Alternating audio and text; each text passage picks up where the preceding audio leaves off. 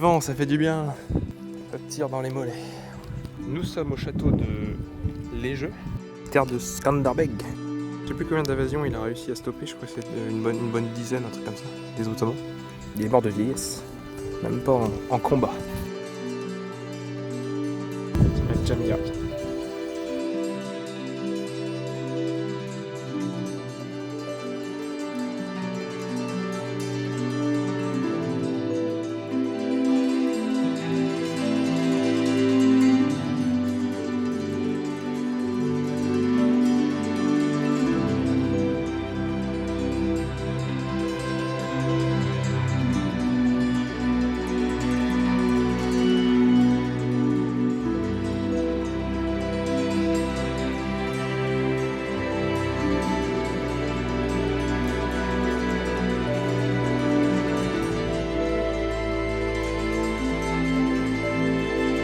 On se fait ouvrir le monument, vu qu'on est les seuls à vouloir venir là, visiblement. Allez, une galette.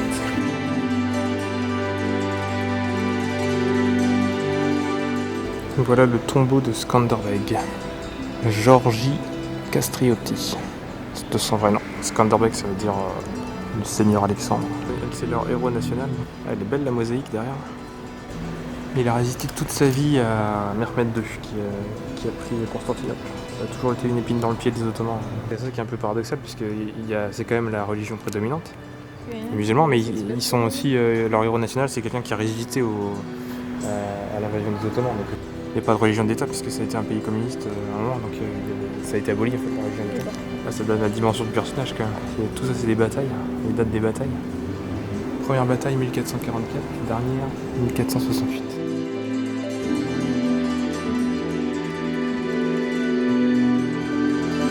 En tout cas, c'est une ville de Lissos en fait, qui a été fondée par les Illyriens, les premiers habitants des Balkans. Bon, et bien maintenant direction Krouïe pour aller voir justement l'une des villes dans laquelle il y a eu beaucoup de batailles. Une quantité de guêpes qui nous tournent autour. Chaque fois c'est sur nous qu'elles viennent. Je sais pas pourquoi, et on sue sans doute, on sue de l'eau donc elles nous suivent. On est arrivé à Krouïe. Et on arrive au niveau du bazar de Krouïe, après avoir monté sur des petites routes à double sens, alors que bon, faut clairement pas rencontrer des voitures partout parce que on passe pas à deux. Alors bazar en albanais ça se dit pazari, donc c'est le pazari i Krouïos. Je pense qu'on devrait trouver notre bonheur dans le bazar.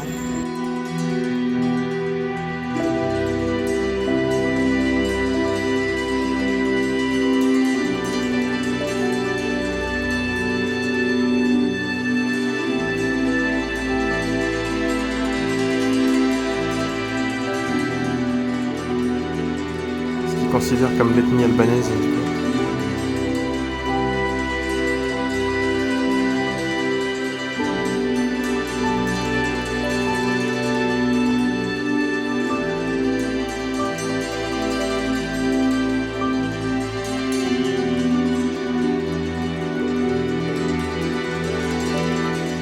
Des restants de l'ère soviétique. Ça sent le vieux d'ailleurs, ça sent le renfermé.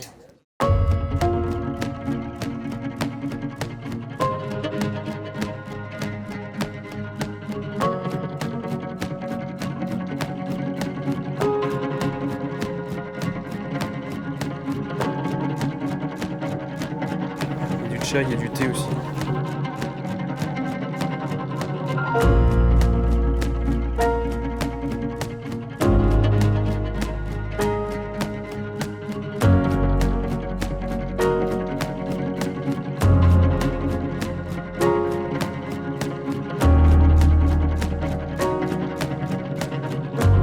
De Skanderbeg partout. Et regardez, toujours à gauche.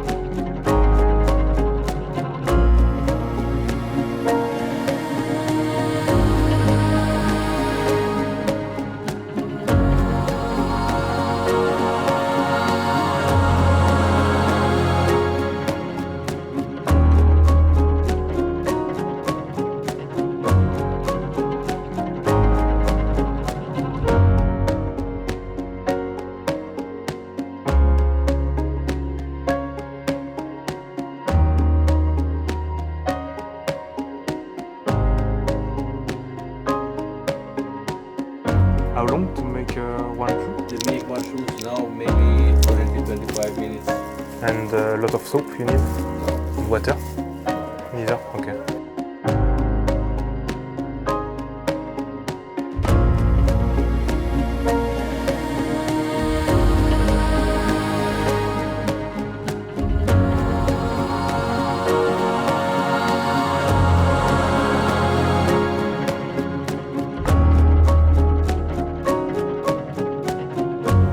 Les heures de travail qu'il y a dessus.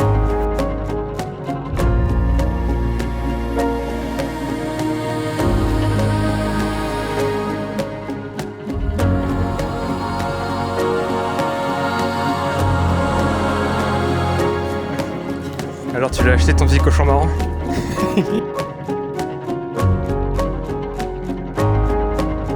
Ça symbolise la force des Albanais qui ont résisté.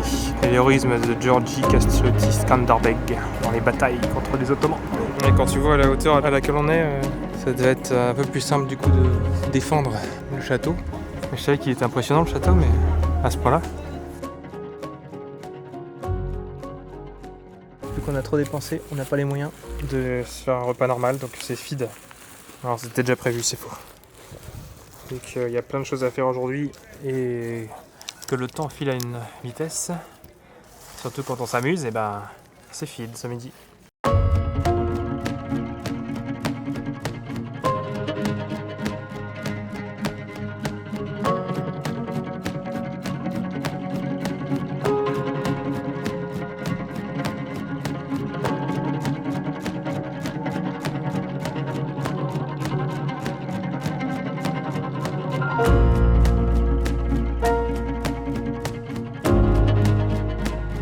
Monnaie illyrienne.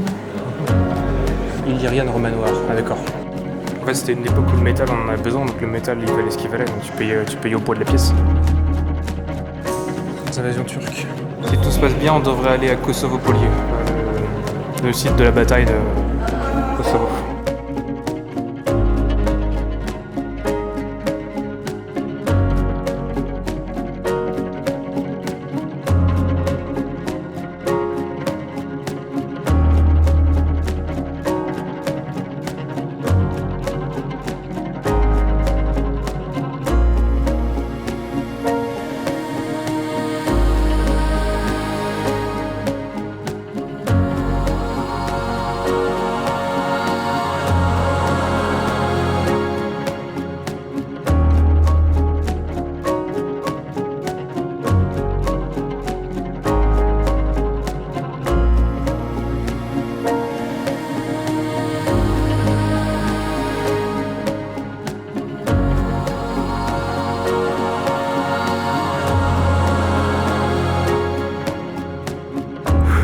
Gratuit, mais est-ce que tu aurais vraiment envie de monter dans une tour qui est sanglée?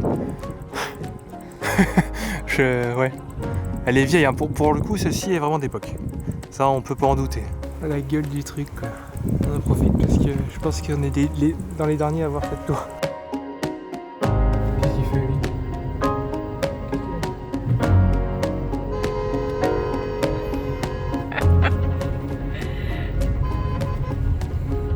Quel bordel, je te jure. Ouais, bon voilà, donc on est sur les bouchons dans Tirana. Et nous sommes arrivés après une autre heure de route à Tirana. Nous sommes sur le parking de la place Skanderbeg. Décidément, c'est la journée de Skanderbeg. Là, c'est transfert d'eau de bouteilles dans les gourdes. C'est toute une logistique, l'eau là. Quand on peut pas boire de l'eau du robinet, on préfère d'éviter en tout cas. Voilà les douches albanaises, hein, encore la même chose. Juste un siphon et même pas de rideau ni rien. Donc t'en fous partout, c'est génial.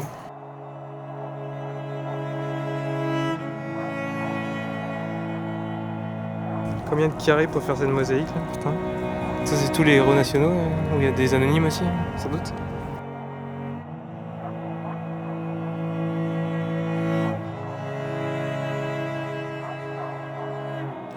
Tu restes là pendant que je fais la visite?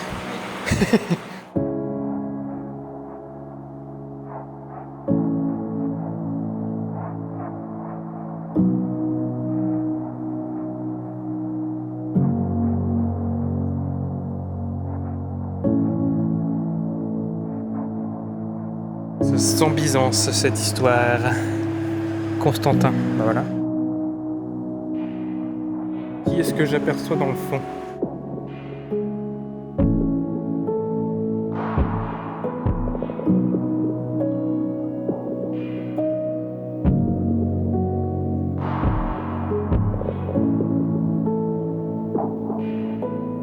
Je parle pas albanais, mais Kampet et Internimit, je pense que ça veut dire camp d'internement. Sous le régime communiste, à mon avis. Bon, les opposants politiques, ouais. Là, c'était pas joli, hein. Là, c'est du sang sur les vêtements. Les années 90, c'est le renversement de Enver Hoxha, les martyrs de la démocratie. Résistance anticommuniste, 45-48. Après, ça, c'était des monarchistes. Ahmed Zogou, là, c'était le roi d'Albanie avant la guerre. Ils ont allègrement collaboré aussi, hein. Tout n'est pas tout blanc ou tout noir, hein. Et en fait, il y a eu d'autres tentatives de révolte en 73, en 84, mais qui n'ont pas fonctionné visiblement. Une révolte dans une prison dans le nord du pays. Les prisonniers ont pris le contrôle total de la prison et ont lancé le rappel pour une Albanie libre et démocratique. Tuer direct sans jugement. Là, il y a une amie à pied avec leurs vêtements dans la bouche pour pas qu'ils crient.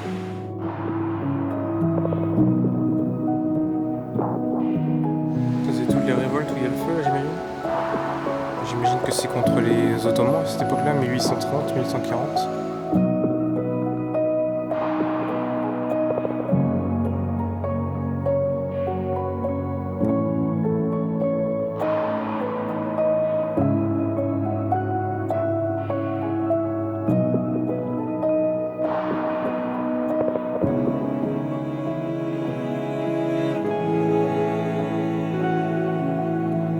Voilà le Bunkert, c'est un des bunkers qui a été créé justement pour protéger la population de Tirana en cas d'attaque.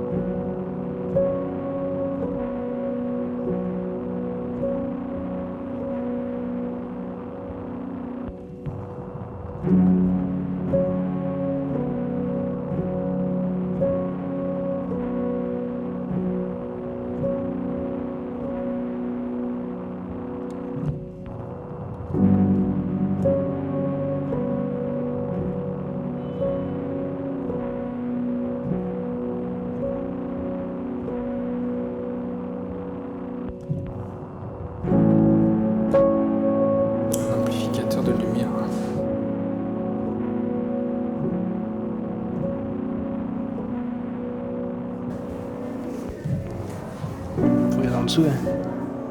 Moi je pense qu'il doit être en dessous quelque part, mais alors où? Je vois pas. T'as trouvé le mouchard? J'ai pas trouvé. Il doit y avoir un trou, on ne saura pas. Tu lâches pas l'affaire? Choqué, déçu. C'est leur métier en même temps, hein. Ils savaient bien planquer des mouchards.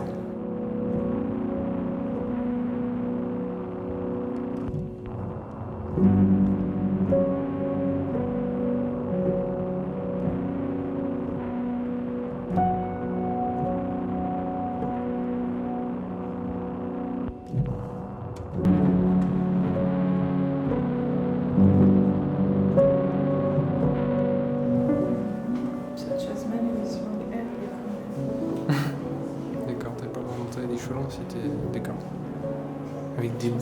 Avec des barbes irrégulières.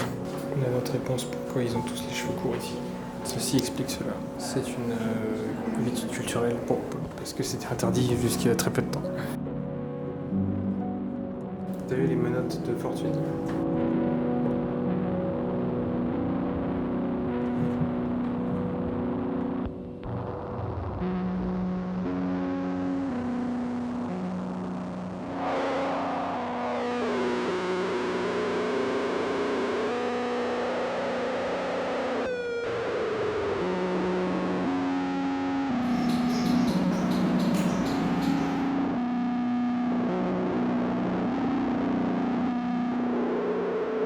Il faisait jour quand on est rentré, mais maintenant il fait nuit.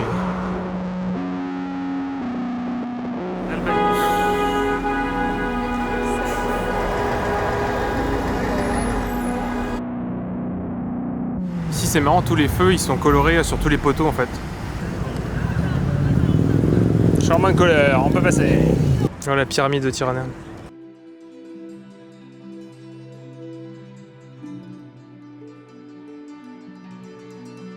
Je pensais pas que c'était aussi haut.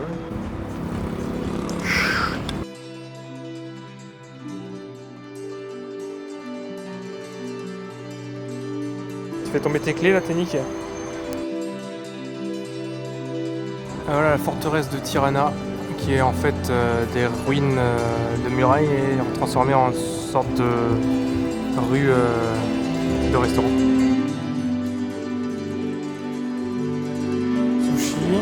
Cowboy Candy Shop, au bon vieux temps du Texas. Donc du coup ce soir on teste non pas la cuisine albanaise mais une cuisine qui a beaucoup d'influence sur l'Albanie, la cuisine turque. Comme ça c'est une bonne occasion de retester le lahmacun. Visiter un bunker c'est fait. Bon du coup on a mangé pour 10 € chacun. Un jour normal en Albanie. Ça fait longtemps que je voulais visiter cette ville là, Herat, la ville aux 1000 fenêtres. C'est pas du tout un plat que tu manges par 30 degrés mais bon, il fait encore. Tout à l'heure. Et là, ça cogne.